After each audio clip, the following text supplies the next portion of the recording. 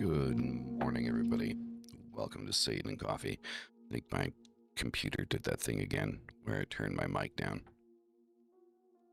So, let's see here. Sound. Yep. So for some reason, my microphone's turned down to 40%.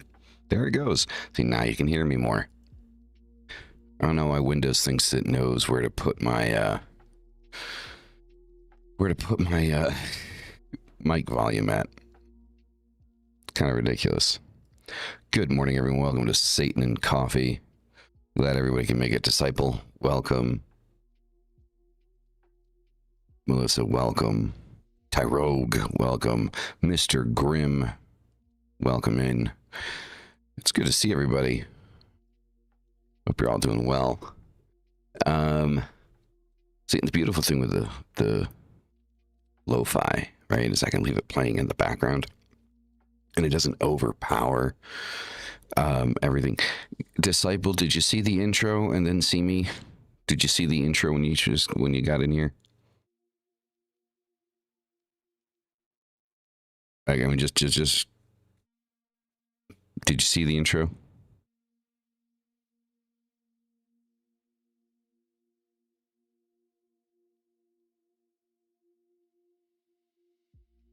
If you saw the intro and then you saw me, that means you didn't see the intro? Well, I mean, it was just music playing when you first got in here. So, because I just switched over the scene. So, yeah. If you don't hear me talking and then you hear me talking. Yes, I just got started. Yeah, sorry, I'm being a dick. So yes, this morning, what we're going to be talking about, we are going to be talking about the science of ritual. Quickly though, I've been meaning to talk about this deck. I just got a new Oracle deck. So I have come to the conclusion that I am incapable of using tarot. I mean, at least like normal tarot. I think I saw like a deck the other day that I'm like, yes, I think that is a tarot deck I could use. But I've come to the conclusion that like traditional like Rider-Waite style decks, I'm incapable of using them. Which is weird because I started out using tarot decks, like just normal Rider-Waite. Like my first deck ever was this jumbo deck, right? Jumbo Rider-Waite with the blue picnic table style back. And I could read those things so well. And then I got my first Oracle deck, which was a gift to me from an aunt, which is the Fairy Oracle. And from that point forward, I have not been able to read tarot. Like, not in the sense that I can't read it, like I can't look at it, and you know what I mean? But like, I just don't get the... exactly, right? Like, I just don't get the vibe from it. And the thing is like, the major arcana, like if I take a tarot deck and I remove all the minor arcana and I just use the major arcana, I'm good. I'm good. I can read that. But like, it's the minor arcana that just throw me off. Like, I was talking to Dyra the other day about this. It's like, there's just something about pulling a card out and it's got 5 fucking sticks on it. And I'm just kind of like, pull the stick out of your ass, I guess. I mean, I don't know, right? You know, that's the one that Dyra uses, and it's not an issue with the tarot. It's an issue with me, right? Like, I'm a very interpretive reader, and so I need a lot going on in my cards so I can read them. So anyway, I picked up this. So my Oracle deck of choice that I use religiously, and if you look at the cards, you can tell that I do, is the Dark Mirror. Absolutely amazing. And I saw this on Amazon, right? Shadow work. Simple deck, right? But morning, Maeve. Now, these are a little too wordy for my liking. I don't like decks that have a lot of words on them. But I do like the artwork on these things. Like I think like that they're very nice looking cards, right? And there's a lot to go through them as far as imagery is concerned. Whew. Just pulling out a few cards here so you guys can see them. You know, like I just really, really like the vibe of this deck. You know, and the artwork. Like the artwork is phenomenal. And so I've had these for about a couple weeks now, and yeah, I really just love them. You know, I just think that they look absolutely amazing. And so, and I like these because like I feel like they're complementary. Like you can use them in combination with other decks. And then I have another deck, another Oracle deck on its way. Should be here on Sunday, I think. Which is called the Midnight Oracle. And the artwork on those things, holy shit. Holy shit. You know, like it's just, they're fucking amazing.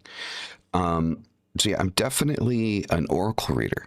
Right? It's just, for some reason, I just can't do tarot. Like, I've been looking and looking and looking for a tarot deck that, like, vibes with me. And I find a lot of them. I find a lot of tarot decks that vibe and work. But then for some reason, like, I start to read it with them. Like, I get yes, the minor arcana starts coming out and was like, what? So I think the only tarot deck as of late, like the last tarot deck I've been able to use, and again, it's a jumbo deck, which makes it impossible to shuffle, is the Diablo Tarot, right? So the tarot deck that came out in support of, I believe, Diablo 4. Might have been 3, I don't know. But it came out into as like a product for one of the Diablo games. And the artwork in that thing is fucking amazing. It's just the cards are so big. They're so big. So I know we don't usually start out the morning with a read, but what I kind of want to do, starting out on, at least in the weekday, like I don't know if I'll do this on Sundays, but like on Wednesdays and Fridays, and I know today's Thursday. I overslept yesterday again, which is why we're doing a show today. But I do want to start out with like kind of like a shadow read for each day, not a week, the energy of the day. Give you guys something to kind of focus on and work on throughout your day, because it's a morning show, right? So it's a morning show. We get you guys kind of starting out your day, you know, listening to the show. And I'm thinking we could start doing shadow reads, you know, every morning that we're live. Give you guys something to kind of work on throughout your day, and also you guys can kind of see how I do reads, right? And so we're gonna do a read with this deck, right? So I usually start out with 3 cards, but I usually go up to 6, right? So because I feel like 3 when it comes to shadow work is just not enough, right? Because usually like the first 3 is like your life sucks and, you know, all of this, and then you're like, well, fuck. And then after that, like you kind of get the progression, right? So are you guys interested? First and foremost, I mean, there's enough of you in here. You guys interested in me doing morning reads? You guys down for a morning shadow read to start your day out with? Well, at least for those of you in this hemisphere.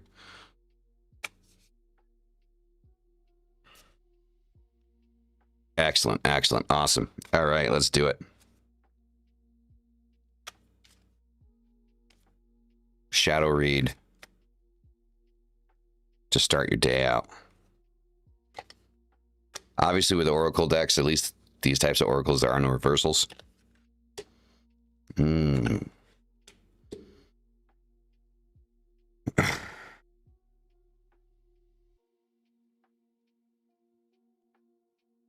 Okay, so the card that we're starting out with, right?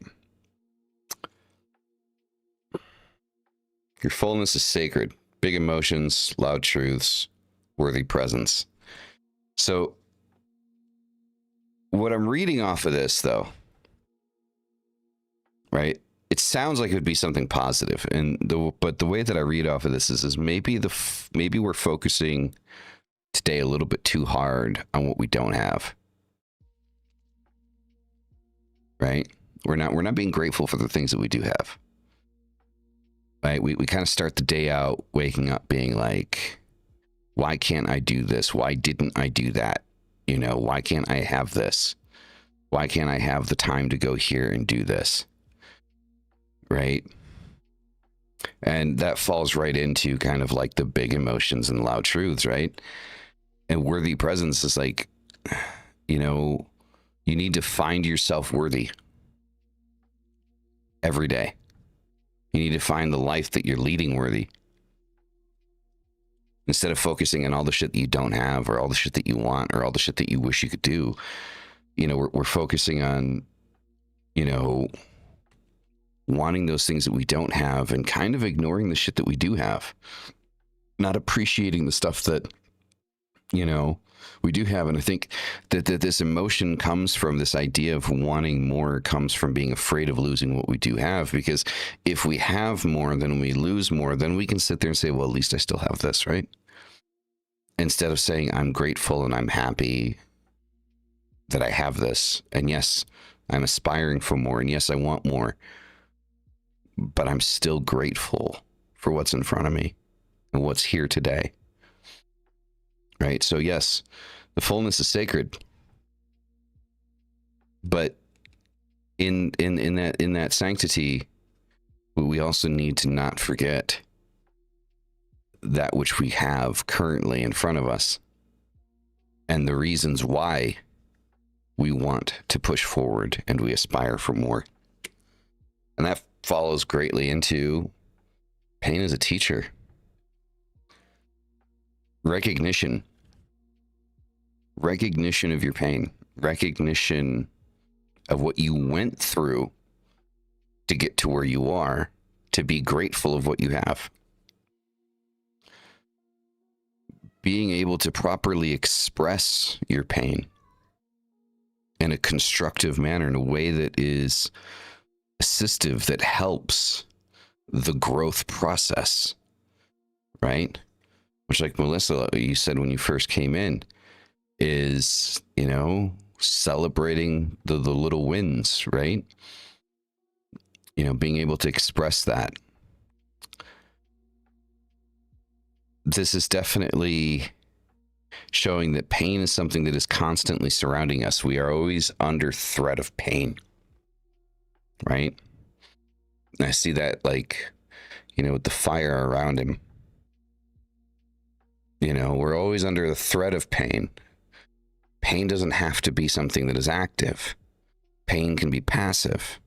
Pain can exist from the past, or it can be a constant present danger that if you move a little too far to the left, to the right, forward or back, you'll get burned, right?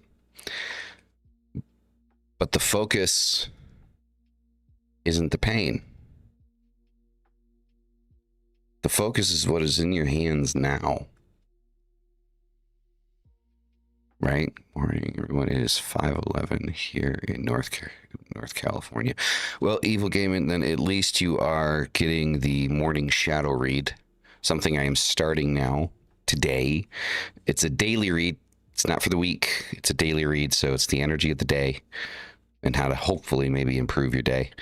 So it's focusing on what is in your hands now and not worrying about the shit that's happening around you, right? Pain can be a great teacher, but it doesn't mean that you have to force yourself into it and feel it every single chance and opportunity that it presents itself, right? Sometimes you need to focus on what's right in front of you. You need to focus on what's right in your hands now, right? So yeah, next card. Self-sabotage. So this is an interesting one in connection to the other two cards that we're just getting, right? And the reason why this is an interesting one in connection to the other two cards that we just got is because this kind of feeds into like this. I think a lot of us, and I know I've done this before, is that we want something new so much, but we don't know how to obtain it. We want the more in our life, the more in our life, and we don't know how to obtain it. That sometimes we will sabotage the shit that we do have because we know how to reobtain it. So we still get that same effect, that same emotion of success when we lose something. And then after losing it, we obtain it again. If you think about, for example, relationships, right? Why do some people like to sabotage their relationships? Like, some men and women do this, I think in equal par, honestly, where what happens is we get into these situations where we sabotage our relationships. We cause problems in our relationships, and then we fix a problem that we caused and feel so very proud of ourselves.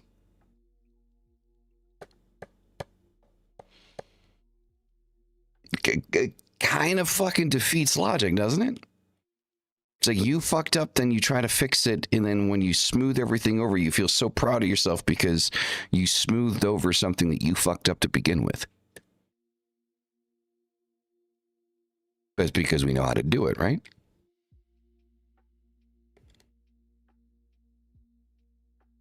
When we kind of get stuck into that cycle where we don't know where to move forward or how to move forward, right?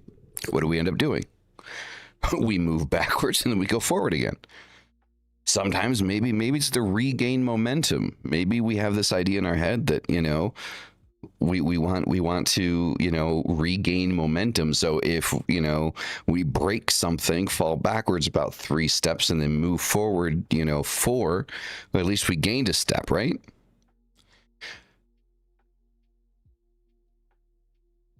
Exactly. Well, see, I mean, that's the thing too, right? Is because, yeah, you self-sabotage because you don't feel worthy of having something. And, that goes right back to our beginning card, worthy presence, right? And then when you reobtain it, like you get a little bit of self-worth, a little fragment of self-worth in there, right? So, like I said, I do 6 cards, right? So these are our last 3 cards here.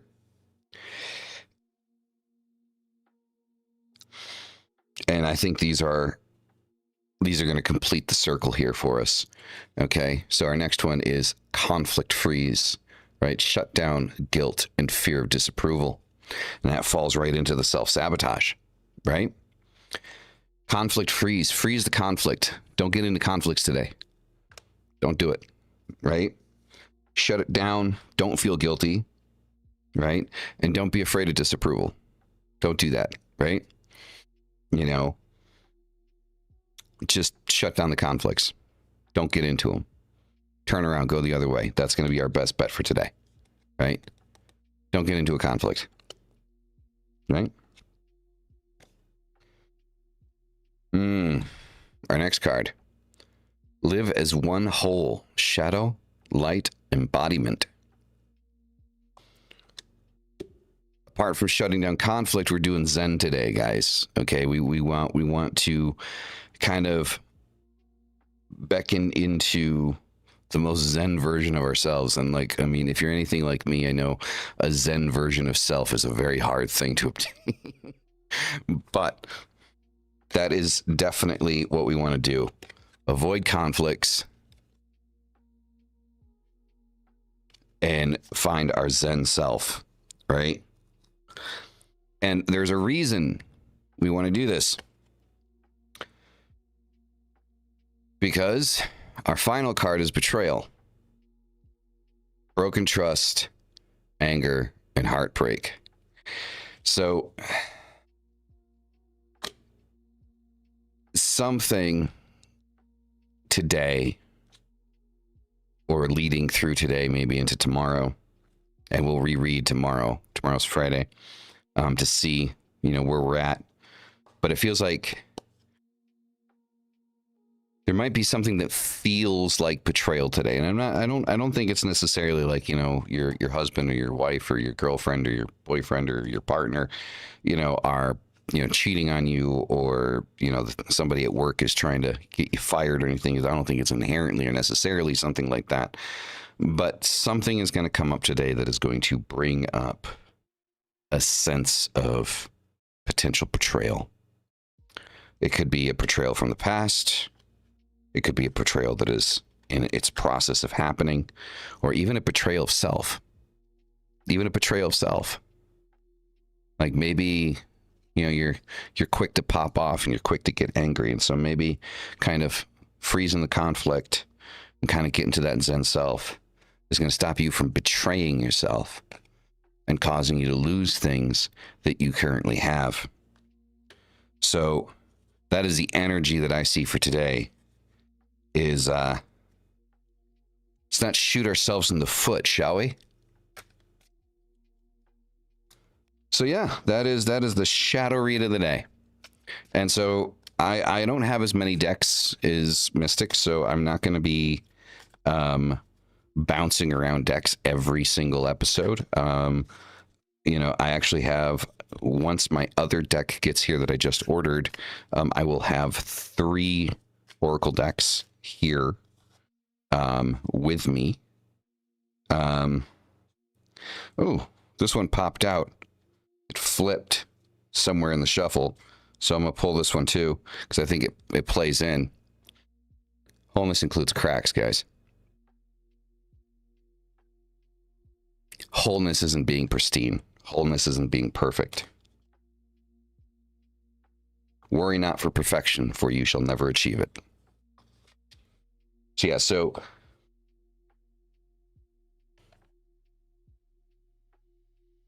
well, there we go. Especially today. Seems like the energy today is, you know, there's a focus on trying to keep it passive today, right? So I'll only have 3 Oracle decks once the new one that I ordered arrives. So I might bounce through them here and there, but I'll use whatever I feel like using. And honestly, I feel like the Shadow Work Oracle, I really like that deck. I love the artwork. You know, I'm excited for the new one, the Midnight Oracle. It looks fucking amazing. Another thing I appreciate about that is it doesn't come with a book. I mean, there's enough words on each card that, you know, kind of explains itself. But yeah, so I hope you guys found that helpful. I hope it resonated with some of you. And, you know, y'all are, you know, going to go into your day, hopefully maybe with like a little bit more purpose. So now to the topic for this morning, what we're going to be talking about, the science of ritual and why the irrational works. And I just realized I have to change the, hold on a second. I have to actually change the title of this. I forgot to change the title. It says The Myth of Enlightenment, and we're not talking about enlightenment this morning. So give me a quick second. I gotta fix this. Oh, it is early for me too, guys. So don't let my lazy coworker piss me off. It pretty much, man. Pretty much, yeah. That's exactly what you're kind of looking at.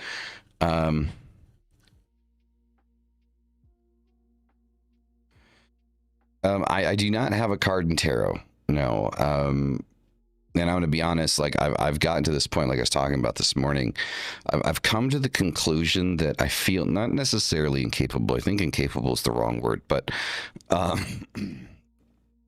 I feel like I'm at a disadvantage when I read tarot, because I can't do I can't do the minor arcana. The minor arcana just doesn't do it for me. It really doesn't, right? And I find myself, like, when I pull like something from the minor arcana, like, you know, like I'm just kind of looking at it, like I mean I say it jokingly, but it's half serious. You know, I kind of look at it and I'm like, I get like, you know, the five of wands or something. It's like I don't know, like pull the stick out of your ass, I guess. I mean, I don't know, right? You know, I get pentacles, I get cups, and like I know like everybody, like it's elemental, and you know, some are progress, some are money. Like I know the pentacles are usually money. You know, I know that I think it was the wands are air, I guess elementally speaking, and like I used to be really good at it. Like my first deck that I ever used was a Rider White, like that jumbo deck, and I think I've just gotten so used to Oracle and being thankful that there's like not a set meaning, that like when I look at a card in a read, you know, depending on the context of the read, the meaning of that card can change. And when I do use tarot, like I do interpretive reads, I don't follow the books. And so I've had it happen so many times that when I do a tarot read and somebody's, well, that's not what that card means. And I'm like, well, that's what it means for this reading. And, you know, I'm sorry, but, you know, I mean, that's just my interpretation, you know, based on the energy that's surrounding this reading currently. And a lot of people just can't accept that. So I'm definitely going to focus on Oracle decks. Also, I think that Oracle decks, generally speaking, because they don't follow the Rider-Waite system or any kind of traditional tarot system, the artwork can be a little bit more out there. And I think that's really cool. Different interpretations, you can find something that will work for you.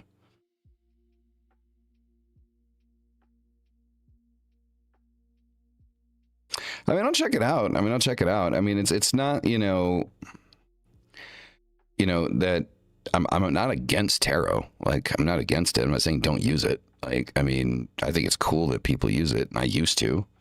I just really aligned myself with Oracle. You know, and at like almost 40 years old, like I'm finding it like so hard to do different things. Like I'm trying to relearn design using Affinity, right? The Affinity program. Cause I'm an Adobe whore. I've been paying for Adobe for like 10 years. And, I use the whole suite. I use After Effects, I use Premiere, I use Illustrator, I use Photoshop. Like I use all of it, right? And so, but I'm tired of the subscription model. Starting next year, my subscription goes up to $70 a month. I'm just like, dude, I just can't justify $70 fucking a month. Like, so I'm thinking like, okay, for video editing, I'll move over to DaVinci Resolve.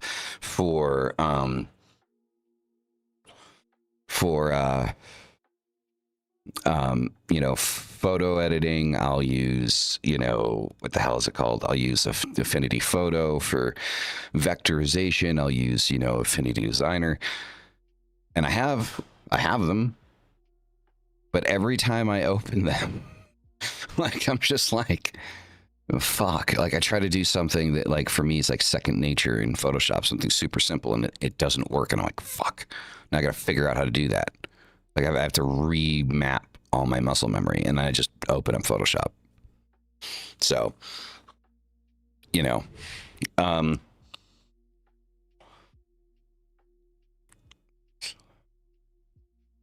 that's good. That's good. I'm glad. All right. So now that the title has been fixed, at least hopefully you guys can see the title's fixed. The Science of Ritual, Why the Irrational Work, right? So we wake up every day.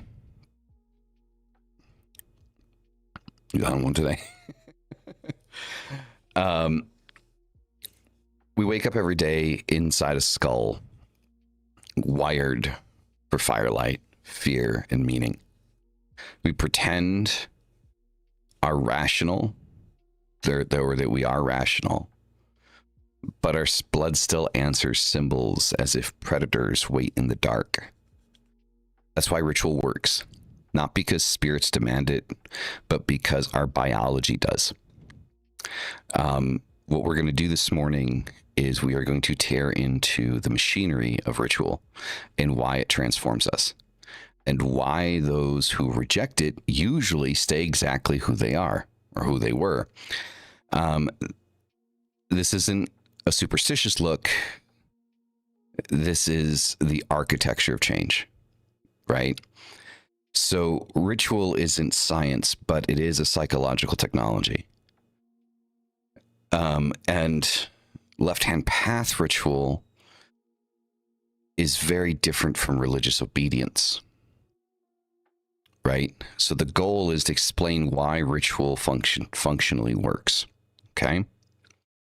So definitions, as we always start, we got to start with definitions, right? How are we defining anything? What ritual actually is? So that's how we're going to define here, right? So a ritual is a structured sensory experience that intentionally manipulates the nervous system. So that is the definition that we're going with, right? So ritual is a structured sensory experience that intentionally manipulates the nervous system. Okay. The Newberg's, I did a lot of research for this one, guys. So Newberg's research documents on neurological shifts during ritual and meditation. So Newberg's brain imaging studies show that ritual and meditation create repeatable, measurable changes in several regions of the brain. Like going into ritual, it has a physical effect, right? So first part, frontal lobes. So there's increased activity in the frontal lobe. And what this does, this boosts focus and intentional control. In ritual terms, this is like the magical will, right? Switch flipping on, right? This is us turning on intention, okay? Is when the frontal lobe activity increases, right? This is something that has been seen and documented, right? Parietal lobes, right? I'm really hope I didn't butcher that, right? So Parietal, parietal lobes show decreased activity. So this region tracks your sense of physical self and your orientation in space. So during ritual, this actually decreases. So when it quiets, boundaries feel thinner, identity feels fluid. So this is why people in ritual describe merging with symbols, spirits, or archetypes. The brain literally alters its sense of self. You are literally in ritual, psychologically altering your sense of self. And then the limbic system, right? Heightened activation in the limbic system boosts emotional intensity, which increases memory retention and behavior change, right? So in ritual language, what that means is strong emotion nails intention into the psyche, right? So ritual isn't pretend, it's guided neurochemistry. You step into a controlled container that flips the brain into a state where change is easier and identity is malleable. Right? This is something that has been documented and happens again. Newberg's, right? That this is the Newberg research, right? You guys can look this up, right? The next thing that we look at, right? Rhythmic behavior reduces cognitive load, right? So rhythm does two big things, and there's a lot of rhythm in ritual, right? There's a lot of repetition in ritual. This is intentional to amplify intention, nonetheless. So it does two big things. It synchronizes neural firing. Your brain loves patterns. So when you use drumming, chanting, or repetitive movement, neurons begin firing in predictable waves. Less randomness, more coherence. Okay, so that's the first thing that happens. The next thing that happens is it reduces active decision making, right? Predictable rhythm removes the need for constantly evaluating what's happening. Your brain relaxes into the pattern. Cognitive load drops. Once cognitive load drops, two things become easier: entering trance and accessing deeper emotional and symbolic layers. This is why every culture on earth uses rhythm in ritual. It's not cultural, it's biological. Even monks use chants for the same reason witches use drum beats. Rhythm stabilizes attention and shifts consciousness. So we get into the rhythm of things. We do the same thing every time we go into ritual. That rhythm relaxes, that routine relaxes the brain. This is why it's so important. Like as we get older, we struggle and we fight, right, to have a routine, something that repeats all the time, because the less the brain has to think about the smaller decisions that it needs to make in life. Like this is why, like I think such rich people, like major company owners, end up wearing the same shit every fucking day, or some simple version of it, that they're not concerned about how they're dressing every day, because it's a decision that they no longer want to have to make. So when you wear the same thing, you just put your clothes on and then you go back into, signal instead of noise, right? And it's also a good way of looking at it, is that everything we do in our lives is can be broken up into two categories. It's either signal or noise. You can't get rid of them. Our lives are comprised of signal and noise. But the important aspect is, what do we define as signal and what do we define as noise? For each of us, that's different. For some of us, family shit is noise, work shit is signal. For other people, family is signal, work is noise. And I mean, that's an oversimplification, but that's how we break it down in our brains, right? What it is that we want to focus on in that moment, right? Okay. Repetition triggers predictive coding pathways. Is the next part here, right? So predictive coding is the brain's main job.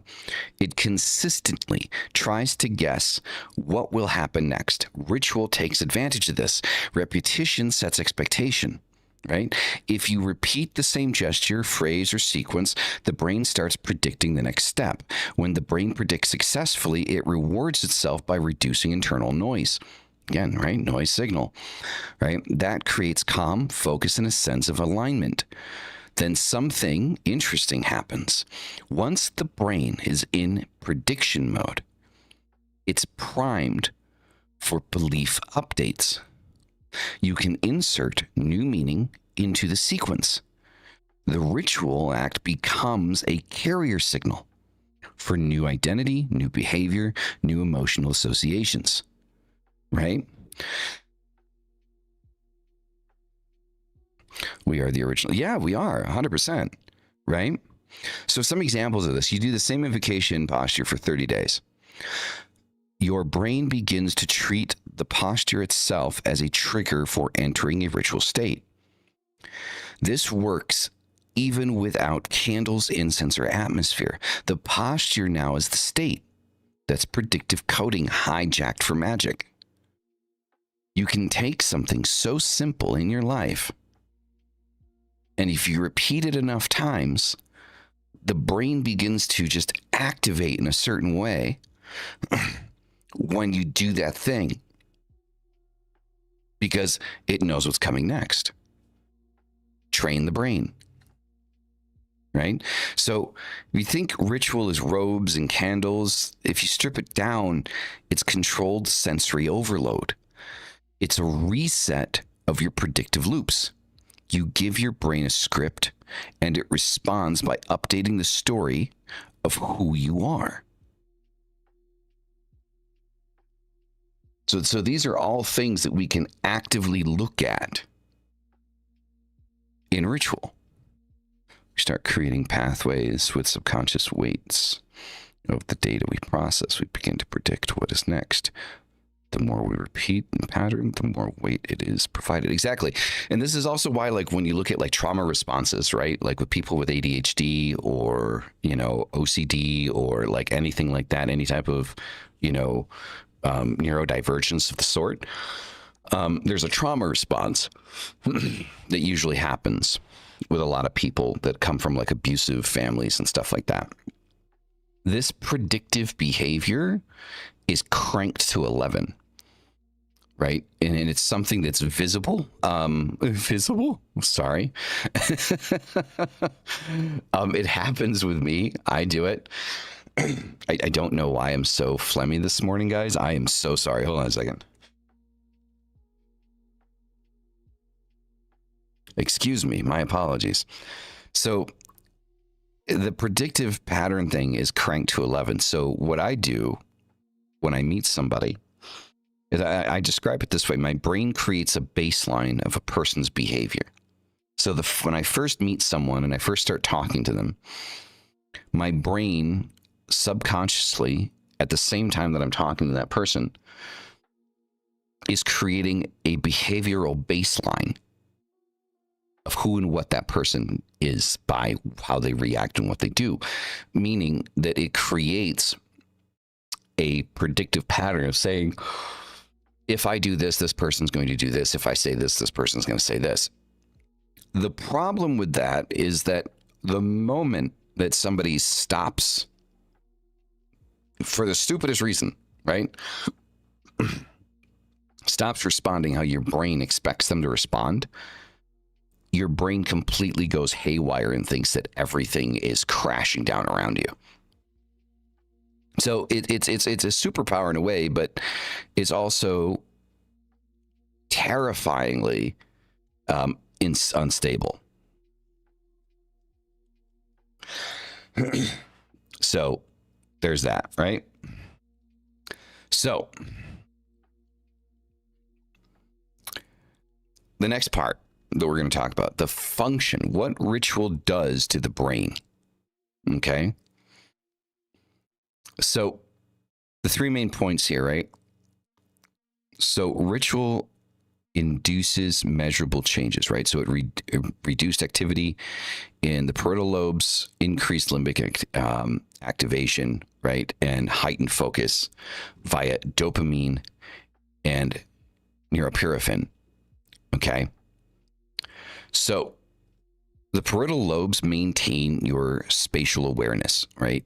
And the boundaries of your physical self. So in normal waking life, they're busy tracking where your body ends, where your body world begins, how you're positioned, what you belong, what belongs to you.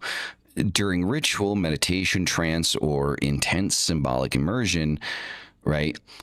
Activity in this region drops. So when it relaxes, your sense of I am here, the world is there, that softens.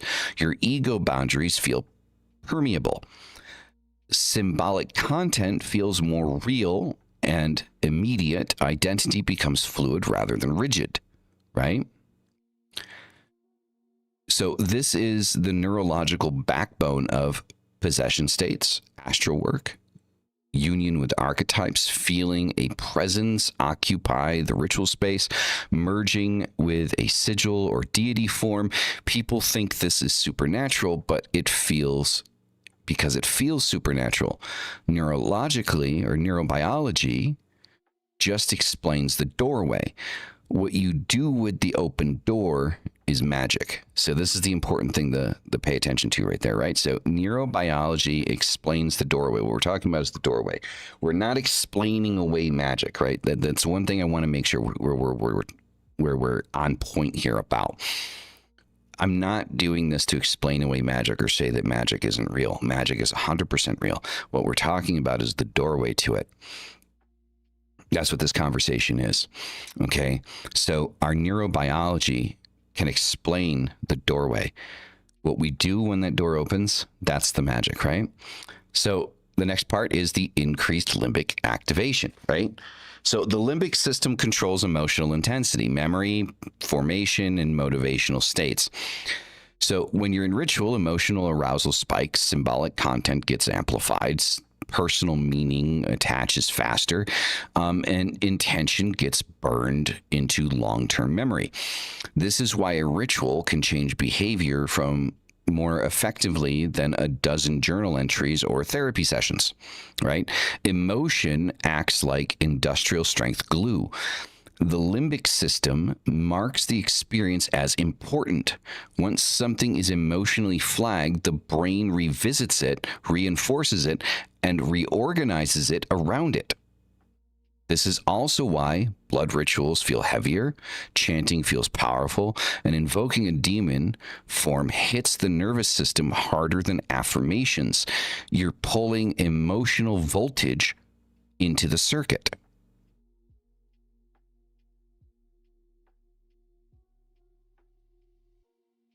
you're amplifying everything for your limbic system. Everything. And the next part of that is the heightened focus via dopamine and neuroporphyrin. I said that correctly earlier, and now I just said it wrong. We are the software controlling the hardware. The hardware is the conduit to the metaphysical world. 100%, Maeve, 100%, right? Now, here's the thing with this, right? So the dopamine thing, this is why a lot of people feel like that on drugs, they get a better result in ritual. My issue with that is I feel like you're already enhancing your natural dopamine and serotonin production while you're high on drugs. So I feel like a ritual would have less effect on your neurobiology because it's already heightened, because it's already up there, right? So these two chemicals work together to create ritual level concentration. Dopamine boosts motivation, sharpens learning, increases the sense of significance, fuels the this is meaningful feeling, right?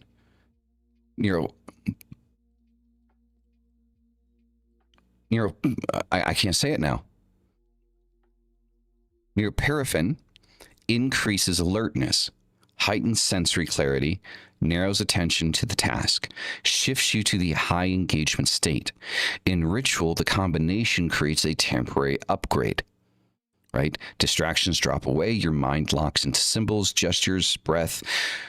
Your intention becomes the center of mental gravity. Small sensory details feel magnified and important.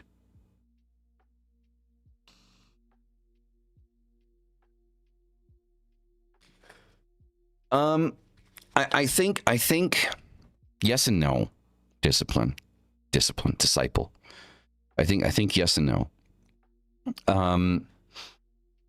I think that science can explain the doorway that we walk into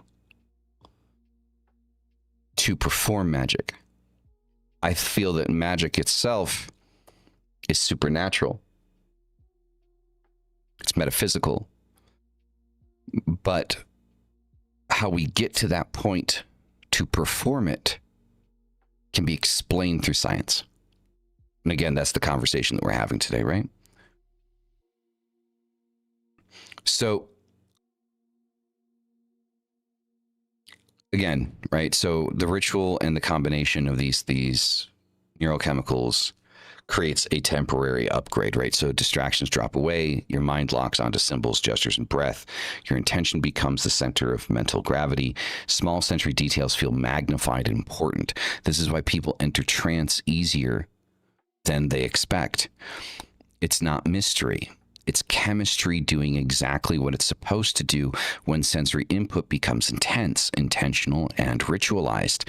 One of the difficult aspects of this is, though, like when you are neurodivergent, like myself, with, attention deficit disorder, right? Like ADHD, it's harder for my brain to do these things automatically, right? Because I'm constantly distracted. So this is why it's again, like I said, it's sensory overload, right? The candles, the incense, the music, the chants, right? Science is the attempt to understand the connection. Magic is the connection, in your opinion. No, I can agree with that. I mean, the thing is I feel like that a lot of magic is science that we don't understand yet, right? Talamus, thank you so much for the $5. Greatly appreciate it. And I am so glad that you enjoy the podcast. I truly am. Thank you very much. Hail. So I feel like a lot of magic is just science that we don't understand yet. And, to some degree, I think that there is an understanding through magic, right? I think certain parts of magic we needed to understand as science, potions, for healing, things like that, the creation of medicine. Tyrone. Welcome. We got Tyrogue and Tyrone. The merging of the ties. Sorry, I don't know where the fuck that came from. Sorry, that was my announcer voice. Um, so there's a lot of chemistry that happens in the brain that opens up the doorways, right? Is essentially what we're breaking down here, right? So the left-hand path works, right? Or rather, in left-hand path work, it's a cocktail, right? That lets you rewrite self-beliefs, embody a demon archetype with precision, override old patterns, and make the ritual feel real in the body, not just the mind. Right? Focus becomes a weapon. You're not just thinking, you're constructing a neural environment where change can occur faster and hit deeper. And again, a lot of people take this stuff and say, "Oh, look, it's all psychological then, right? Everything you go through when you go through rituals is all psychological." And it's like, no, that's not the point, right? What the psychology and the chemical reactions do when you're in ritual is what opens the gates to allow us to perform magic. The changing of the mindset, that's not the magic. That's the doorway opening. Everything we do after that doorway is open, that is the magic. That is the supernatural. That is the metaphysical. That is the shit that people can't explain. Right? Of why it works. Right? Why do like a good tarot reader or a good somebody that knows divination and works well in divination is able to read energy, right? Why are they able to be so fucking accurate about the past, the present, and the future? Good guesses. I mean, I guess I can believe that, but you know, when someone is consistently accurate, like with every single read, like I would believe that if it's like every once in a while they, you know, they're right. But and also at the same time, like it's not major generalizations, is it? Right? It's not completely generalized. Some of it is generalization. Some of it's kind of pointing in a direction, but a lot of it is very specific. And with it being so specific, you kind of just got to sit there and go, there's more, there's something more happening here. Not all the time, not with everyone. I think most people can practice divination and be fairly accurate with it if they put the work into it. You know, I mean, I'm sorry, like, and I'm not talking about like your horoscope in the Sunday Times, right? Like, those things are mostly wrong, right? Like, at least I have found, like, anytime I tried to read my horoscope in the newspapers, like that is just so fucked. And most of it's always focused on love, right? Like, a new love opportunity is going to come into your life today. It's like, you fuck off. Right? What the fuck is wrong with you? Right? You know, or new work opportunities. Everything's a new opportunity. So those things are just bullshit. But actual divination with someone that has practiced, worked with it, and knows how to read the energy that is flying around them all the time. I mean, shit's on point. Like, I mean, Mystic, for example, and I don't say this because Mystic is my friend. Like, if somebody reads my cards and they're not accurate, I'm not going to tell them that they're not accurate because I don't want to be rude. But like, there's so many times I've had people read for me, and I just kind of sit there and go,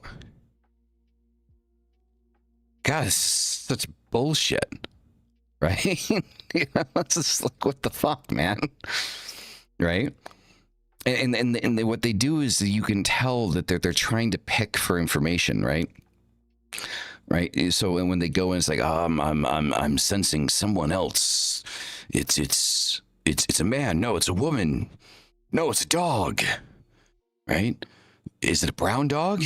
No, it's a dark brown dog, almost black, right? And like it's like, bro, I don't know. You're the one doing the reading, man. Let's go.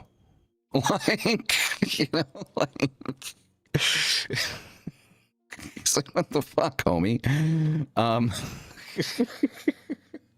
But you notice they do that, right? Like they start like rattling off things, and then like when they look at you and they try to cold read, and you're just kind of sitting there like a stone cold face, and they're just going, okay, but they're not reacting. It's like, oh, I mean, I don't know, but I feel like this is someone that was in your life or might be coming into your life, and it's like, well, now we're talking about two totally different fucking directions here. Were they in my life or are they coming into my life? Like, do I know this person or do I not know this person? Because one means that I know this person, and obviously, like by the look on my face, I don't know who the fuck you're talking about, right? So,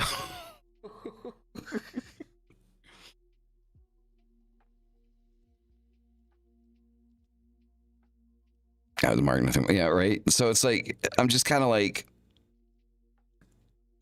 oh man, like, but then there's those people like Mystic that are just on fucking point every single read. Every fucking time, Mystic, like there are two people that have read for me that are accurate 100% of the time. And I mean it when I say 100%, I'm not exaggerating. They are 100% right all the time. I struggle to think of a single reading that either of these two people have done for me that have been inaccurate in any meaningful way. And it is my mother and Mystic.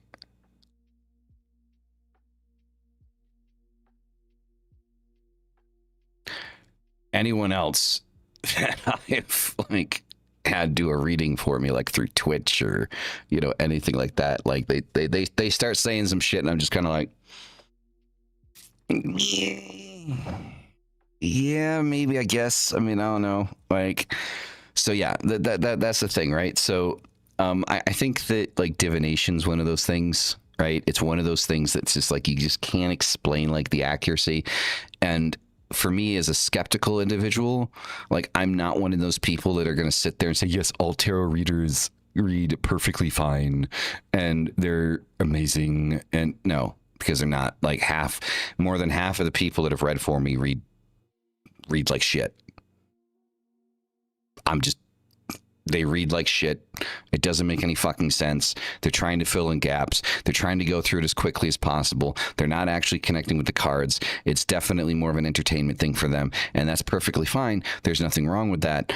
But motherfucker, you can't read the cards. I'm sorry. You're shit. You're shit at reading. You know? And that just comes from the skepticism. It just does. Like I'm very critical of people that read for me, because it's been such a big part of, you know, my upbringing, my life, you know, things like that. Is Cleo? I've always wanted to, but I think, is she dead now or is she still doing it? Is she still doing her shit? Right, Grifty McGriffson. Right. I've always wanted to call Miss Cleo up, but. Like, I mean, but I remember those fucking infomercials. God damn, man. Call me now. Now somebody's gonna come and you racist bastard. It's like, so yeah. Anyway, moving on before I get myself banned. Right. So Newberg. A quote from Newberg, right, is during ritual, right, the self-location network begins to quiet, right? She even made it to SNL. Did she? Oh my God. I missed that one. Begins to quiet, right? So when the brain stops obsessing over your place in the world, you can rewrite it. That drop in parental activity isn't mystical, it's mechanical. You weaken the boundary between identity and intention so change can slip in. Okay? So next part, as we always do, right? Pacts and agreements. right? The psychology of commitment. What we're going to be talking about here, behavioral economics, sunk cost, right? The commitment effects, right? Blood, breath, or personal objects create emotional stakes. And the left-hand path frames this as sovereignty, not sacrifice. Okay? She was a long-going skit. I don't think she ever hosted. Be wrong. Okay. Right. So humans commit harder to actions they've already invested something into. So behavioral economics calls this sunk cost effect. Once you've put time, effort, or resources into something, your brain resists abandoning it. It wants the investment to matter. In ritual, this happens automatically. Preparation, setup, memorization of memorizing words or gestures, focusing intention, emotional buildup, all of this builds a psychological price. Your mind pushes you to follow through because the ritual becomes something you already paid for. Commitment affects deepens this. So once you perform an act publicly, symbolically, or with emotional intensity, the brain shifts to protect that choice. It treats your intention as identity. This is why people behave differently after ritual. They aren't blessed. They're neurologically incentivized to align with the version of themselves who performed the act. Right? So there is like an investment that our brain connects to when we go into ritual, right? Blood, breath, or personal objects create emotional stakes. So ritual objects intensify commitment by adding emotional meaning. So blood, for example, signals vulnerability and investment. The body registers it as a high stakes act, right? The limbic system flags the ritual as important, which strengthens memory, intention, and follow through. I'm not saying to use blood in your rituals. And if you're going to, please be responsible with it. Please be responsible. Don't hurt yourself. Please don't hurt yourself. I need to preface this. I really do. Okay? And do your best to not bring in anything, for it. Like, so I'm stuck on the fence with the whole animal sacrifice thing because I will never do it. I'm putting that out there right now. I will never do it. I will never perform a ritual that requires an animal sacrifice. It will never happen, ever. And I'm not exactly thrilled about the people that do, animal sacrifices and rituals. I don't think that they're necessary. I don't think that they're needed. I think that we've evolved past this. Our ancestors obviously understood something, along the lines when it came to, doing this shit. But I don't agree with it. Times have changed, right? We understand things that we didn't understand, that our ancestors didn't understand. And I don't think that we need animal sacrifice. So I think I am going to go on the record on this live as saying that I will not condemn you for performing an animal sacrifice, but I do not condone animal sacrifice, if that makes sense. And I will not associate myself with you or perform magic with you if you do perform animal sacrifices. I don't, because you are not sacrificing anything. It is not a sacrifice of yourself. That animal is sacrificing its life. That animal is, and it's not even sacrificing, it's being forced, right? So it's not even a sacrifice. If anything, I guess you could call it an offering. It's an animal offering, not an animal sacrifice, because nothing is being sacrificed. The animal isn't willingly dying, right? And you're not getting rid of anything that is personally important to you. You're not investing anything of yourself into the ritual. You are forcing another living creature to die to use its death energy in the death current to further your magic. Does it work? Yeah, it does. Do you need to do it? No, you don't. And if you do, I think you're a piece of shit. That's just my thing. That's just my thing. And I love it because a lot of people are like, well, you eat meat, right? And it's like, yeah, I do. Yeah, I'm not a vegetarian. I'm not a vegan. But here's the thing. That's also biology, right? We're omnivores. Our bodies are designed to process animal protein, right? If I could go hunting for all of my food, I would do that. I know how to hunt. I've been hunting since I was a 7-year-old kid, right? I'm pretty good with a rifle.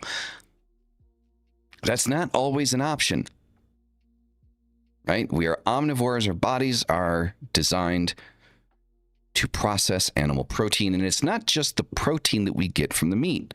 There is a ridiculous amount of vitamins and minerals and things like that that our bodies absorb from animal meat, from meat. And yeah, like, I'm an omnivore. I eat vegetables, I eat fruit, and I eat meat, and I'm not going to apologize for it. But here's the other thing. Most of the people in modern society, in the modern day, that kill an animal, right, for ritual, don't eat the fucking animal. They leave it there to fucking rot. Like, I saw videos on Facebook of this group in fucking Brazil that, like, they killed this goat. They brought this goat out, tied up, cut its fucking head off, right? And then start putting the head on different people in the ritual. And I'm like, this isn't ritual. This is fucking edgelord shock value bullshit. This is fucking, rotten.com, right? Sticking a cat in the fucking microwave. Goddamn fucking idiots. And it's just like, no, like I'm sorry. Like, if you feel like you need to kill an animal in ritual to increase your power, to increase the effectiveness of your magic is shit, bro. Like, I'm calling you out right now. Like, all you motherfuckers watching this, I'm calling you out right now. Say this to your fucking face. If you feel like you need to kill an animal to make your rituals work, then you are fucking a shit magician. I'm just going to say that. I'm going to put it out there. You are a fucking shit magician. Not only are you a piece of shit,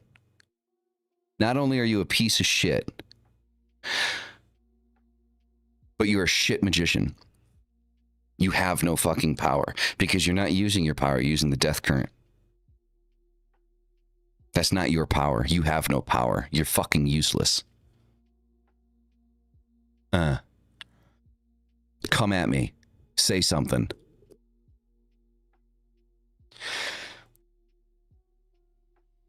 Because guess what? Everything I do, like, I don't even call on fucking gods, bro. That shit comes from me. Everything I do, and I got a long list of fucking clients to say that my shit fucking works. Love drawings, separations, cleansings, fucking banishings, fucking baneful magic. Guess what? All that shit comes from me. I don't call on shit. That comes from me. And guess what? All that long list of fucking clients, every single one, thank you, it worked. Thank you, it worked. Thank you, it worked. That shit came from me. Didn't come from a demon, didn't come from a god, and I didn't have to fucking kill anything. Come at me.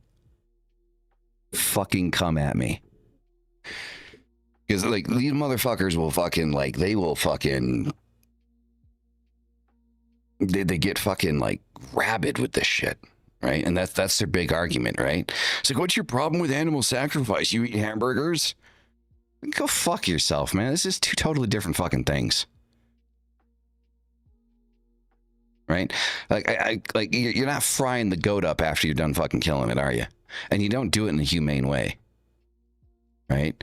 Because the thing is in this type of magic, a lot of these motherfuckers think the more that the animal suffers in the process, that suffering is energy that they can use. Go, you fucking serial killer motherfuckers.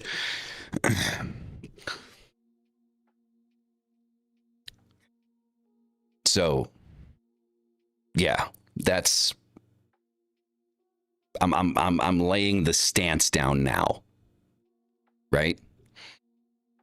So yeah, I guess I am going to condemn you if you do perform ritual sacrifice. I lied earlier when I said I don't condone it, but I won't condemn you. No, I lied. Yeah, I'm going to condemn you because we've advanced past this shit. Grow the fuck up. All right. Anyway, let's keep going, shall we? A second, because I just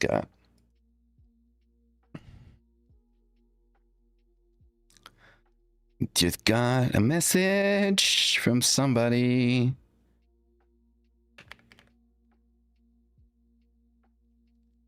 All right, so moving forward, operational crossroads. Welcome.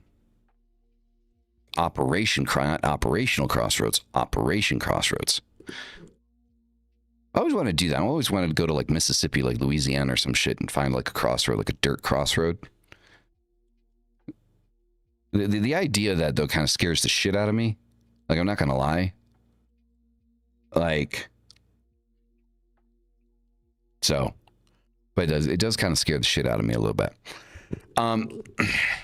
Anyway, right? So again, that's the blood thing. We went on a whole fucking rant about the blood. Goddamn. So breath, slow, controlled breathing changes your physiological state, right? It lowers cognitive noise, it increases focus, and creates trance conditions, right? Breath also links the ritual to your physical presence. It makes the intention embodied, not abstract, right? So that's what breath does. Now, personal objects, anything connected to your identity, history, or relationships carries emotional weight. Using them in ritual adds psychological charge because you're tying the working to your sense of self or your living environment. Emotional stakes drive behavioral change, right? So the more meaningful the symbol, the more the brain binds the ritual intention to your identity, right? And so one of the things that, like, I think this is why statues work so well. Like, so currently right now I have, a death current kind of statue that I use. I have a statue of Baphomet and I have a statue of Lilith, right? My altar is definitely evolving. I also have multiple symbols all over the place. Sigils, like I've got the ritual flags, which, by the way, this week I have to go to the post office at some point, figure out where the fuck the post office is, because we ordered some more ritual flags and they didn't deliver them, and so I have to go pick them up wherever the fuck they brought them. And I'm excited for the Lucifer one because it's similar to the one that I have tattooed on me. So the more things that you tie into the ritual that are personal, like, again, the more connection that we have. Like, what we're talking about here is just that connection, right? So now how the left-hand path frames this as sovereignty, not sacrifice. So most religious systems frame ritual as giving something up, a sacrifice, a debt, a submission to authority. The left-hand path rejects that structure. Yes, we do, right? In left-hand path work, investment is ownership, cost is empowerment, action is authorship, and commitment is self-direction. When you invest blood, breath, energy, or personal items, you aren't surrendering. You're declaring authorship over the outcome. The cost is not a tribute to a deity. It's a marker of agency. This reframing changes the psychological impact. There's no external authority to validate your action. There's no divine hierarchy to dictating the terms. Every act reinforces selfhood instead of diminishing it. Okay. This produces a different behavioral profile, increased responsibility, stronger follow through, enhanced internal locus of control, deeper identity change, lower dependence on external validation. The ritual becomes a contract with yourself. The symbolism reinforces sovereignty, not obedience. So, in other words, right hand path uses ritual to submit to an order, left hand path uses ritual to create one. Right? So, I always wanted to learn German. I really did. Got pretty far into learning Russian. All I really remember from Russian, though, is Niet and Privyet. And that's it. That's all I really remember. Is yes and no. I can't even remember how to say hello, but yeah, I always wanted to learn German. So, again, with the whole sacrifice thing, sacrifice isn't... If you're going to use the term sacrifice, make sure what you're doing, what you're giving up, is yours to give up.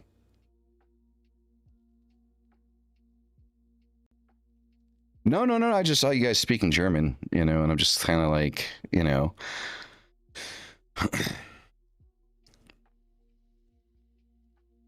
like I there's certain things that like I can kind of understand. Like I think one is like I watch a lot of English streams, right? Something about speaking English, right?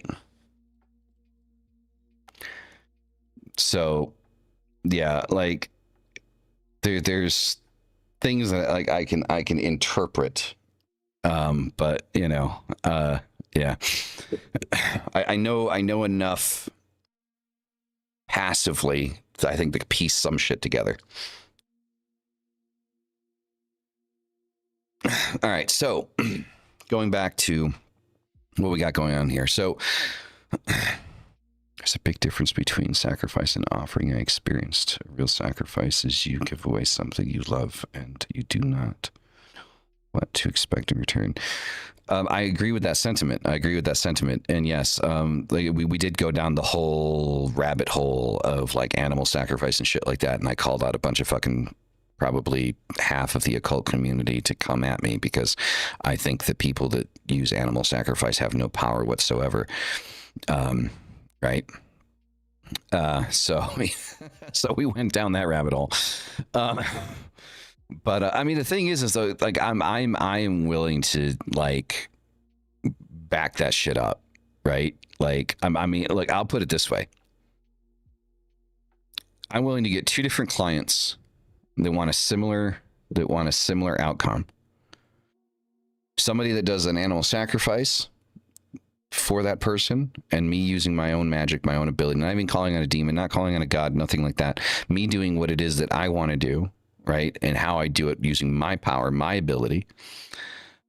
I am willing to sit here and say right now that I am 98% certain that the effectiveness and the timing in which my ritual will take effect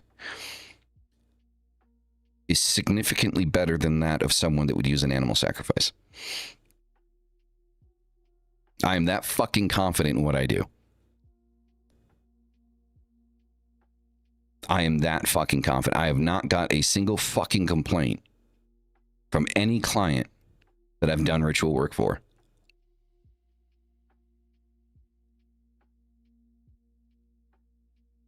Come at me. Right? So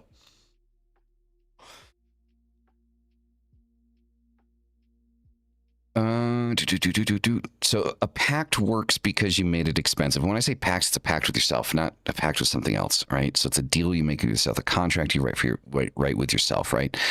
A pact works because you made it expensive, not in money, in meaning. You gave the act weight, right? So the brain takes that seriously. That's why left-hand path magic often hits harder. You know you're not bargaining with a sky tyrant. You're bargaining with yourself. All right. So the next part, equality and agency in ritual. right? So the main point here is that the left-hand path, in left-hand path ritual, the practitioner is not subordinate. This changes outcomes, right? So we're talking about determination theory and ritual without hierarchy, right? So the self-determination theory, agency increases adherence and transformation. So self-determination theory, SDT, right, says humans change best when 3 needs are met. 3, autonomy. You feel like you chose the action, not because a god, guru, or community demanded it, but because you decided it mattered. Competence. You believe you can actually influence the outcome.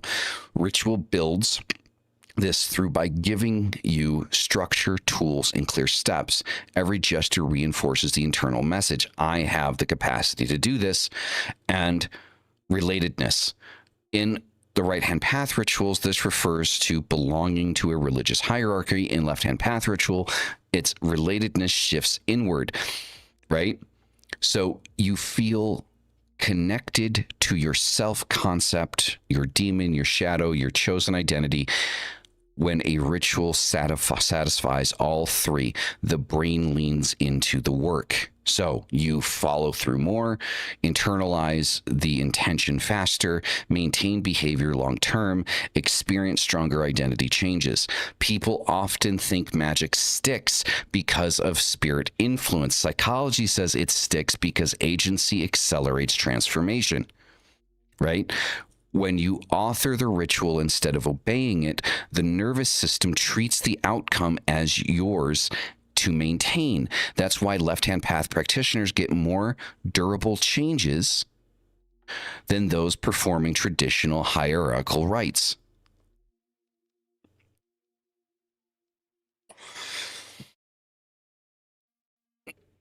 All right, Melissa. I mean, I'm probably going to be going for another little bit here, but I got to get my kid up for school as well. So, ritual without hierarchy activates problem-solving networks, not submission circuits, right? So when someone participates in a hierarchical religious ritual, the brain shifts into compliance mode, reduce prefrontal activity, increased reliance on external authority, activation of networks associated with obedience, difference, and rule following. This creates comfort, but not transformation. Your brain says someone else is in charge. I just perform the steps. So in left-hand path ritual, right, is the opposite. You stand as the authority, you set the intention, you decide the meaning and outcome. This activates executive networks, planning, evaluation, self-direction, adaptive behavior, right? These are the same circuits used for problem solving, goal setting, and major life transitions, right? Metacognitive networks also activate self-awareness, introspection, identity revision, narrative reconstruction, right? Okay, this is why left-hand path ritual often feels like facing a mirror sharpened into a blade.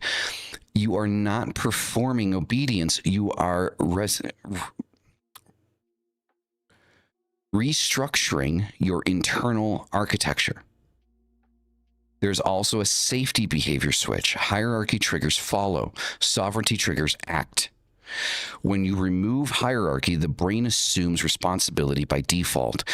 It treats the ritual as a directive to be executed, not a prayer to be granted. This creates stronger emotional imprint, higher cognitive engagement, greater durability of results, faster integration into daily behavior, and deeper identity alignments. So in short, hierarchical ritual soothes, left-hand path ritual transforms, because one trains compliance and the other trains agency.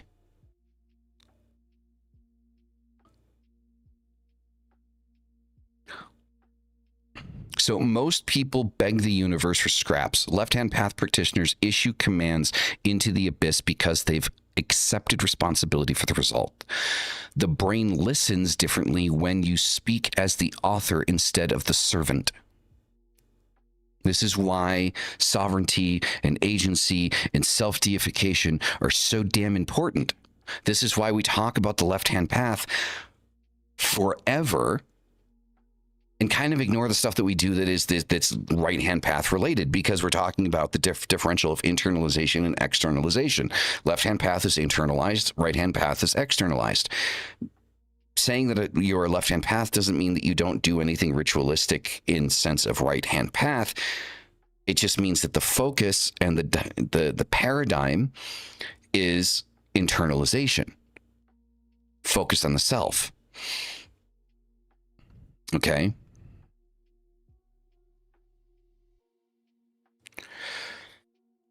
So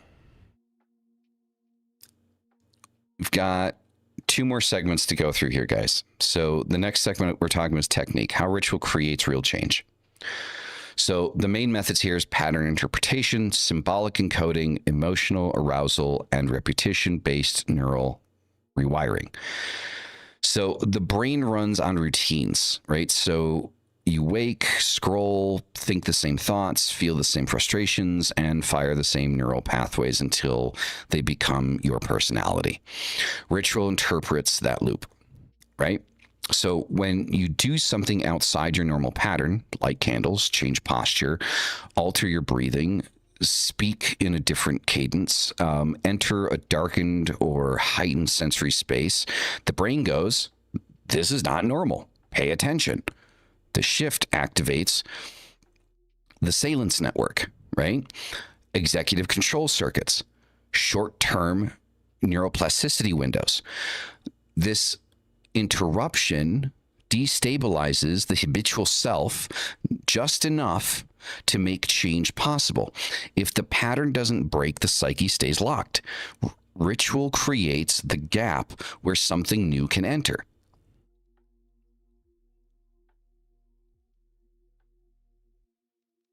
Exactly. Exactly. Okay, so all of these things are happening when you go into ritual. When you go into ritual, all of this shit is happening. Being aware of it means you can take advantage of it. If you understand what is happening when you go into ritual and what is happening to your mind, you can move mountains that you thought you could never move. You can make changes that you thought you never could make. Okay?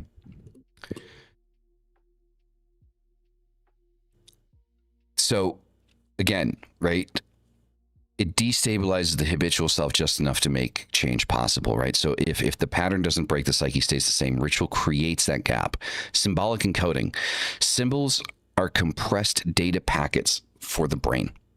They allow you to store large emotional, cultural, or personal meanings inside a single image, gesture, word, or shape.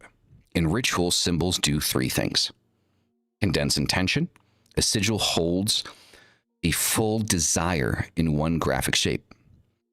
A deity form holds an entire archetype in one image.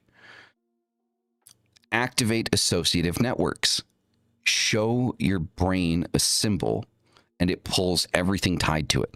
Emotion, memory, identity, belief, myth, and through that you can anchor new meaning. If you repeat a symbol during a ritual state, your brain starts attaching new significance to it. The symbol becomes a trigger for the state you create, right? So that's why practitioners reach trance faster over time. The symbols become shortcuts into the ritual mindset. The right-hand path treats symbols as worship objects. The left-hand path treats them as psychological tools. Either way, symbolic encoding is the backbone of magic. The next part of this is emotional arousal. Emotion is the accelerant of transformation. Without emotional voltage, nothing sticks. Ritual amplifies emotion deliberately through chanting, posture, breathing shifts, sensory intensity, darkness or firelight, archetypal imagery, personal vulnerability, confrontation with shadow content. When arousal rises, several things happen. Memory consolidation skyrockets. Emotion tells the brain, this matters, keep it. Identity becomes flexible. High emotion weakens the rigid ego story, right? So this creates space to rewrite beliefs. Physiological changes reinforce intention. Heart rate, hormones, the limbic activation all support deeper engagement. This is why a ritual with emotional presence can change a person, while a ritual done dry is just cosplay. Emotion is the voltage that powers the circuit. So when you go into ritual, if you're not emotionally attached to the ritual, what it is that you're trying to do, you'll notice that like a lot of the emotions and a lot of the things that we're talking about don't happen because you don't have that force behind it, right? You're not pushing hard enough. You're not connected to it. You need to be connected to it. When I do a ritual for a client, I put myself in the client's shoes. I say, okay, why do you want this done? Why do you need this done? What is going to improve in your life? Why is it so important to you that this happens? And I put myself in that person's shoes. I put myself in that person's position.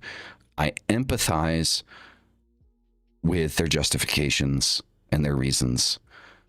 And I use that emotional empathy to push forward through the ritual. And that's how I connect the ritual to that person, is through the emotional empathy of understanding why they need something done. Right? Repetition-based neural rewiring. So repetition is not tradition. Repetition is neuromechanics. The brain rewires itself through repeated activation of the same pathways. Do something once in ritual, and you create a spark. Do it repeatedly, and you carve a groove. Ritual repetition strengthens intention, emotional connection, symbolic meaning, behavioral patterns, identity alignment. Neurons that fire together wire together.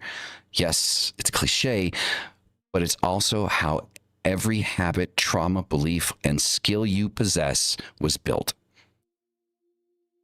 In ritual, repeating a gesture, repeating a mantra, repeating a sigil charge sequence, repeating a trance technique turns the act into an internal command system.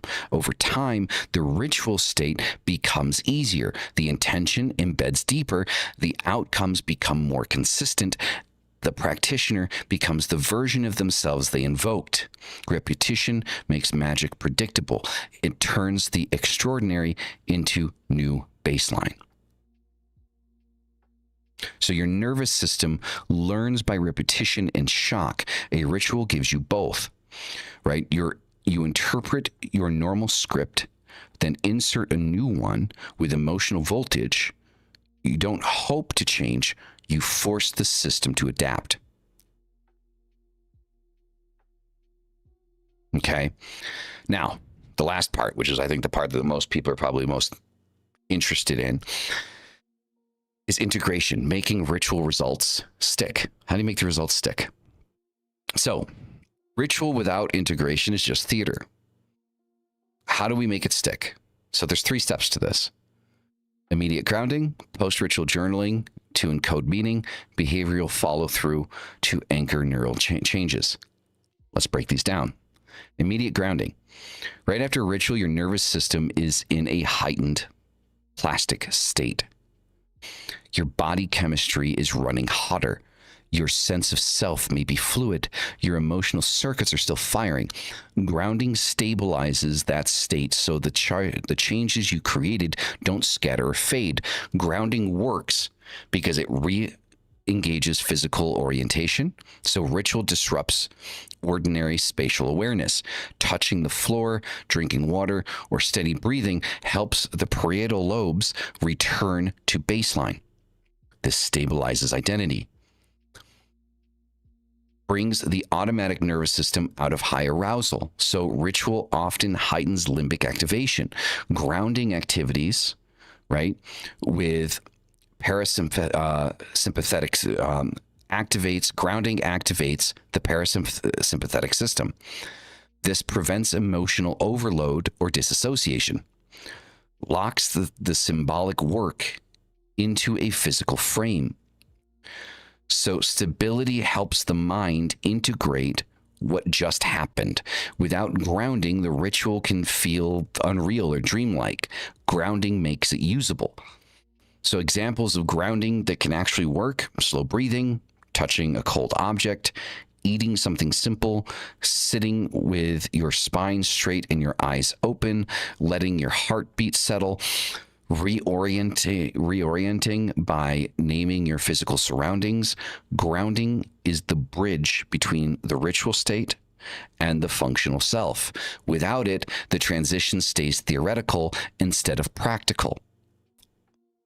Okay, so grounding, big, important thing, right? After a ritual, after shit's done, touch some grass, like essentially, right? Come back to earth. Post-ritual journaling to encode meaning. So this is something I ask a lot of people to do when I do any type of educational work. In the occult, journaling is a big thing, and there's a reason it's a big thing, and we're going to talk about that. So journaling after ritual isn't busy work. It's a cognitive encoding process. The ritual creates raw symbolic material. Journaling converts it into structured meaning. So why does it work? Writing activates analytical circuits, right? You take the emotional trance-based experience and map it to language, right? The prefrontal cortex engages, consolidates memory, and organizes intention. It forces you to create a narrative, right? The brain thrives on story. So if you don't give it one, old patterns fill the void. Journaling claims the interpretation before your habits reclaim the territory. And the act of writing solidifies identity.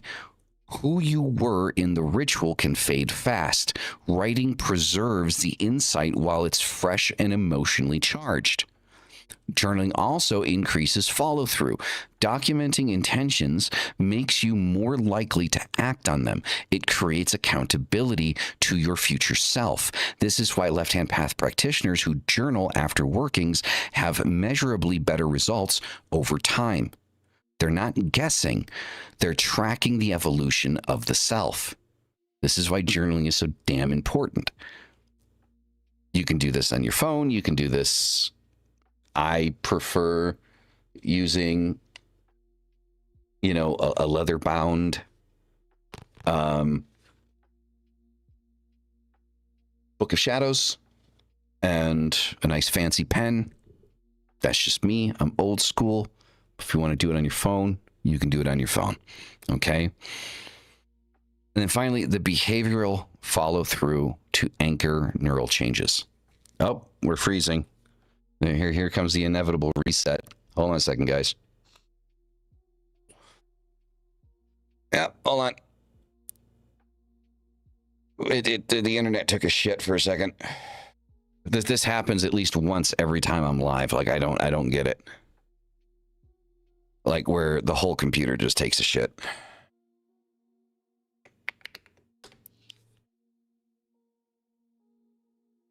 And then I have to like restart the camera and everything. It's not. I built it myself. Like, so I don't know why this happens at least once alive. If I go over like an hour and a half, it does this anyway, right? So this is the part most people skip and wonder why Magick didn't work. Neural rewiring begins in ritual, but daily behavior cements it. The brain updates identity only when action matches intention. If the ritual said, I'm changing, but the behavior doesn't reflect that, the brain defaults to the old self. Why follow-through is essential is repetition strengthens new neural pathways. You reinforce the identity and intention created in ritual. This is neuroplasticity doing its job. Action rewrites self-narrative. If you behave like the person you invoked, the brain updates your baseline. Identity follows behavior, not the other way around. Behavioral alignment prevents ritual decay. Without follow-through, the psychological charge dissipates. With follow-through, the ritual becomes a real-world transformation engine. Examples of effective follow-through is making a small daily action aligned with the ritual's purpose.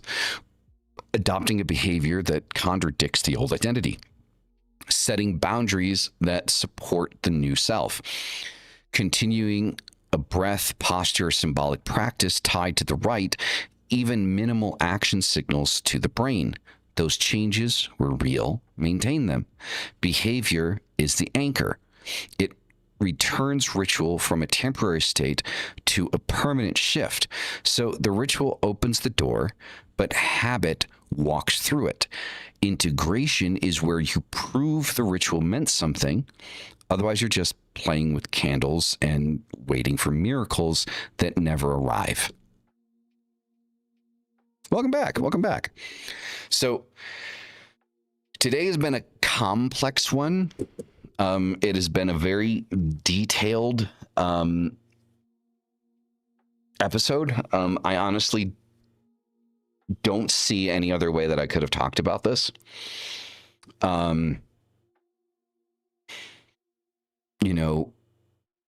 It's important to remember your mind is plastic, your identity is negotiable, and ritual is the tool. Not to escape reality, but to rewrite it. Right? So walk out of this knowing the irrational works because your biology is ancient, symbolic, and waiting for direction. I'm hoping that today's episode will help you give it one. Understanding how the brain works and reacts to ritual and why ritual works from a biological and psychological standpoint, I think is important, because when you understand how and why something works, you're able to take more advantage of what it is that you're doing. This is not meant to reduce ritual or magic to psychodrama. I don't believe that that's all it is. I believe that there's an aspect to that, but I believe that the psychodrama is the doorway where magic actually happens. Now, a lot of this was focused on self changes, but this all can be applied when you start pushing your power out. Okay. Understanding all of these things, I think, will help you also, for example, create a better altar setup that takes advantage of the necessities or the things that your body and your brain need to take advantage of magic and ritual.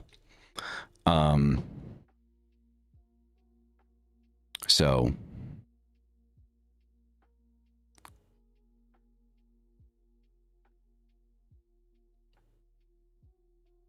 Cole Ashley, welcome. Good to see you again. Just kind of finishing up, but I do beg you, like, for those that are coming in a little bit late, rewatch this episode, right? Because I feel like I've done a lot of content over the years, and over the years I have been honing the information that I've been giving to be more specific and not just theory. And I feel like today's episode, personally to myself, is a turning point in the type of information that's going to be given during these lives and the podcast. Kind of get some advice. I mean, is that what you like? Is that the thing you want advice on?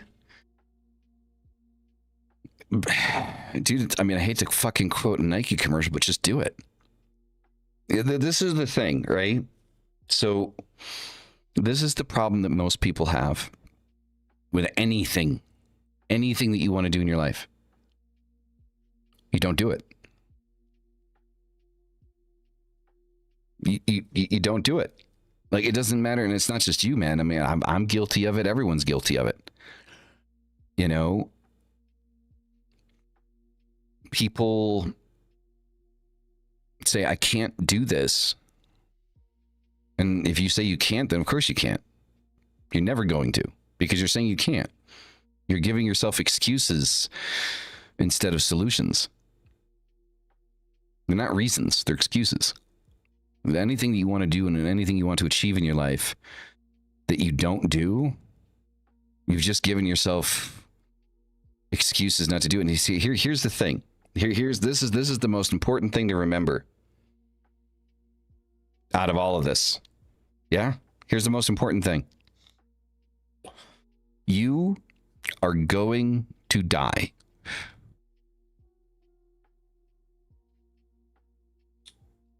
There's no two ways about it. You are going to die. Every single person in this chat, myself, my partner, my kids, my parents, my friends, you're going to die. Like, it's not, I might die. No, you're going to. You're going to die. Your life is going to end. So, do you really want to spend your life, whatever time you have on this planet, in this world, filling it with excuses to not do the things that you want to do, disguised as reasons?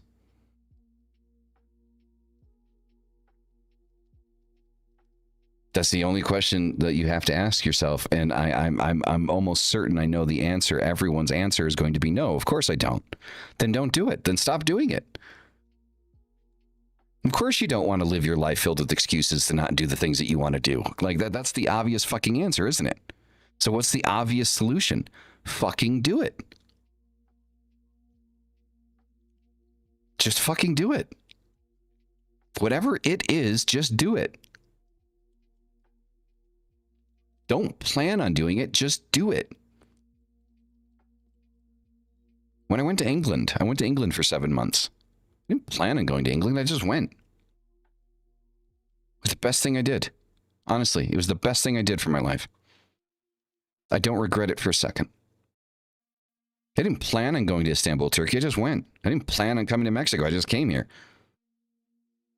I didn't plan on anything that I was doing. I just fucking did it. The opportunity presented itself and I just did it. Now, were there plans surrounding it for certain things that needed to happen and, you know, whatnot? Yeah, of course. That's intention, right? And inside of each action, there is a purpose, right? It's not just blind bullshit actions, right? There's a rhyme and there's a reason behind it. There's an outcome and a goal that I wanted to reach at the end of each thing that I did. But I didn't plan on doing it. I just did it. I went to fucking Turkey with a passport and $200 in my pocket. Found a job after I got there.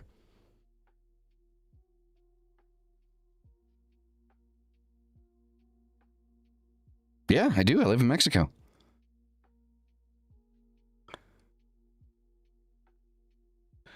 So, you know, it's just, I don't know. Like, I mean, and it's not saying be irresponsible. Like everything that I've done, I've been responsible in doing. You know? Y también hablado en español. La neta, ha querido hacer algunos de esos en español, pero... No mames, güey. Me da un chingo de hueva. Para intentar hacer videos en español. Porque la mayoría de la gente que me ve no habla español. Entonces, yeah. So there you go. If you guys understood what I said, cool. If you didn't, I'm sorry. But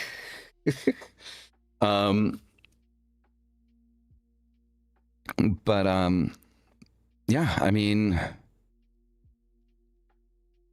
I'd like to think that I learned Spanish here.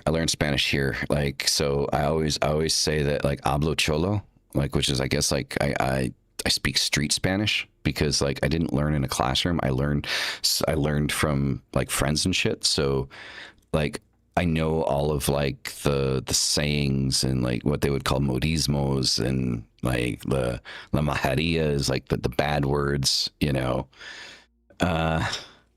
So, you know, like I that's how I speak Spanish, right? So I speak Spanish like, you know, I think that's the most thing that most people here in Mexico kind of find like impressive when they talk to me and I start speaking in Spanish, that I don't speak Spanish like I learned it in a classroom. Like I speak Spanish like any other Mexican. Like my pronunciation is still fucked. In my accents, I still have like an American accent when I speak it. But, you know, the things that I say and how I say things, I say it like any other Mexican would. So, but, and like, I'm like one of those people that like, because I'm American, like I can use all the bad words in a conversation and they don't get offended. They just find it funny. Like, so, you know, but, you know, well, yeah, if I'm going to live here, I lived here for 17 years, man. So, you know, it's just one of those things that be responsible in the things that you do. Like saying just do it doesn't mean be irresponsible and go through fucking midlife crisis and, you know,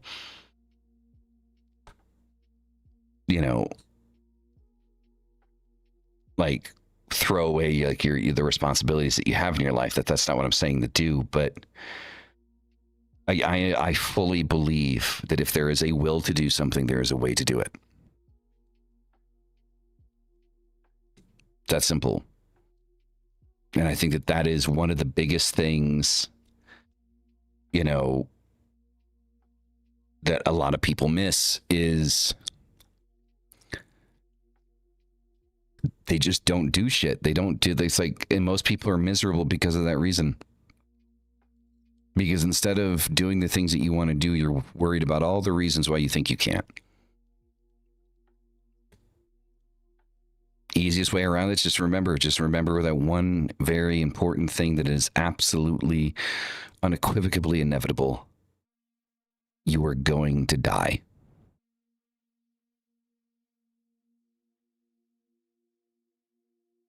And from that, you learn how to live. Anyway, everybody, thank you all so very much for being here. You guys are fucking amazing. You're the reason I fucking do this. I will see you guys tomorrow morning, like once again for Satan and Coffee. And as always, hail they fucking self. See you in the next one. Peace the fuck out.